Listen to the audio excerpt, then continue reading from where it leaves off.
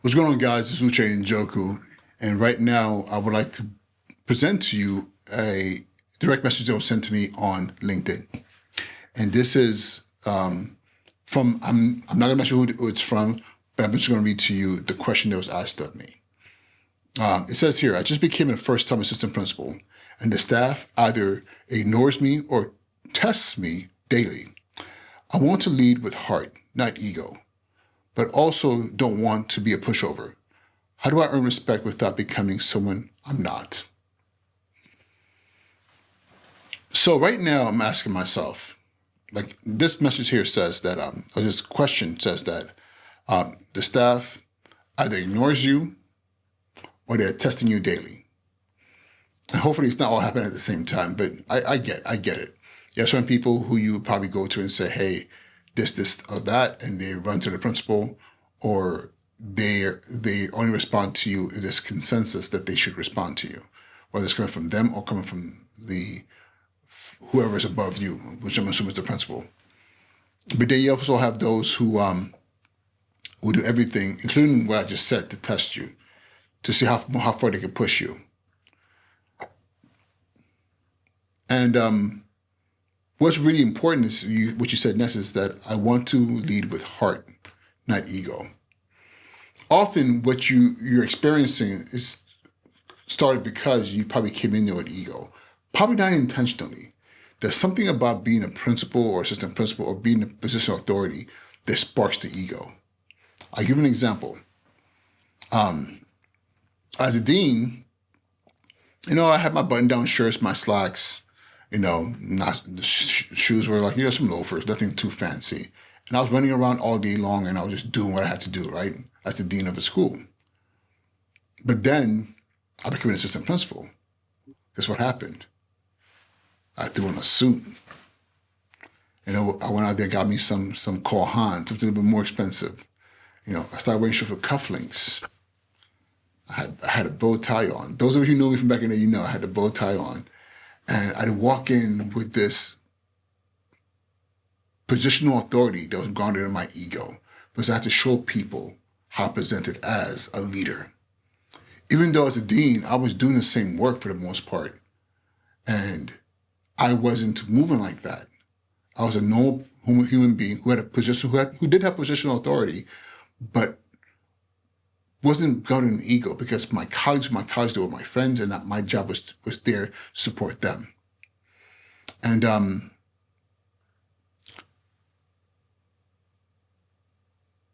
but what happened was certain people were like, "Oh, he's different now. He's acting as if like like we don't know who he is." And that's the one thing that happens when we're dealing with authority and power structure. Often we believe that our role dictates who we are. But in all reality, who we are should dictate our role. One thing you never catch me say is like, I'm the principal, or I'm that. I'm Mr. Njoku, or if we're in a more formal basis, I'm Uche. And my job has always been my job. But who I am is not grounded in my position. It's grounded in who I am, what I believe as an educator, what I believe as connected to my educational philosophy, how I serve, how I support, how I take care of people within my school building. So if you came into the position, not whether knowingly or unknowingly, kind of like leaning into your ego, then it's probably why you're going through what you're going right now. But there's other reasons too, which you might be in the school community that just have had so many people come across them in that role who've done the exact same thing. So they're thinking to themselves, we got you. We know how to deal with you because we've seen this before.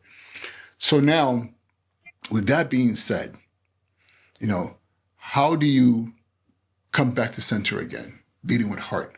How do we come into a space where you're not being driven by ego and where you're not being a pushover? You can still support with love and heart, but also be firm. So I want to go back to what I said a little bit not too long ago. You have to be grounded in who you are and your why. For me, I am Uche Njoku. I am an educator. I am a teacher, first and foremost. It just so happens that my teaching career is taking me to positions where I've been given more responsibilities and ultimately the responsibility of the whole entire school. But because I have done this work for such a long time, and I started from the bottom, so I understand. Let me think about it, not the bottom, but I started from a teacher position and worked my way into where I'm at right now. I've seen it all. I've seen it from both ends, and I always respect the work that teachers do, because at the end of the day, they are frontline, like offensive. They're the ones in the front line making sure every day, going through a lot of the abuse and all the stresses to make sure our kids are being educated. With that being said, so when I walk into a space as a leader, my job is service. How do I help you? And sometimes you might go into that space asking to help and how you could be of service and still get, metaphorically spit in the face. But what you have to do, you have to be consistent. Give people grace, understanding the history of that space. Like the school I'm at right now, I was the 3rd principal in 3 years and the 9th in 15 years. Think about that, the 9th in 15 years. So me showing up, there are people there who've been there for all those 15 years or even longer, who in their minds, in their hearts, just believe that I wouldn't be any different from those before me.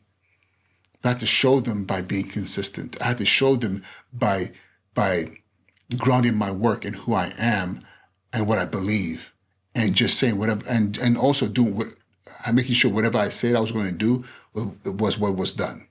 And this is the work, and this is where you need to find now how to get to that space where you're saying, okay, this is already happening. They're not really listening to me. They're testing me daily. So now I got to slow down and ask myself, now how can I serve?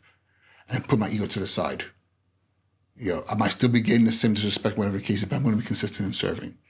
One thing I know is this: when you're consistently serving and doing what needs to be done, kids see it, parents see it. Those who really do care and want to give you a chance will see it, and they will become your champion. But those who are pushing and creating the space for you to be that seems like they want you to fail, those people eventually are going to have to come on board, because when you have raving fans about what you're doing, then guess what happens? People want to jump on a bandwagon. And the question about how do you do it? You say you don't want to be a pushover? If you stand your ground firmly, can't nobody push you over. You have to stand there and say, listen, this is how I'm going to function every single day, regardless of what happens, regardless of what people say, regardless of how much they want to get under my skin. I'm going to keep doing what is right. I'm going to be consistent. I'm going to be kind. I'm going to be the example. I'm going to be that example of what I want to see in the school. I'm guaranteeing you it's going to happen. I've seen it multiple times, multiple schools, and sometimes some places are harder than others. Some places are easier, but we don't want easy. We want to be in spaces that's going to allow us to grow and for us to be consistent. And that's what you do. And the last question is, how do I earn respect without becoming someone I'm not? Like I said, be yourself. Be a leader that you are. Be consistent, and trust me, it's going to pan out the way it's supposed to pan out. All right, y'all. Uche and Njoku. If you have any deeper questions you want to ask me along this topic, please do. But again, everything I say to you is from my experience. I am not a physician or financial advisor. Just kidding. I'm just telling to you from my experience as an educator with over 20 years of experience, from intern, classroom teacher, all the way to principal of 3 schools here in New York City. All right, Uche and Njoku, be well, and I'll talk to you soon.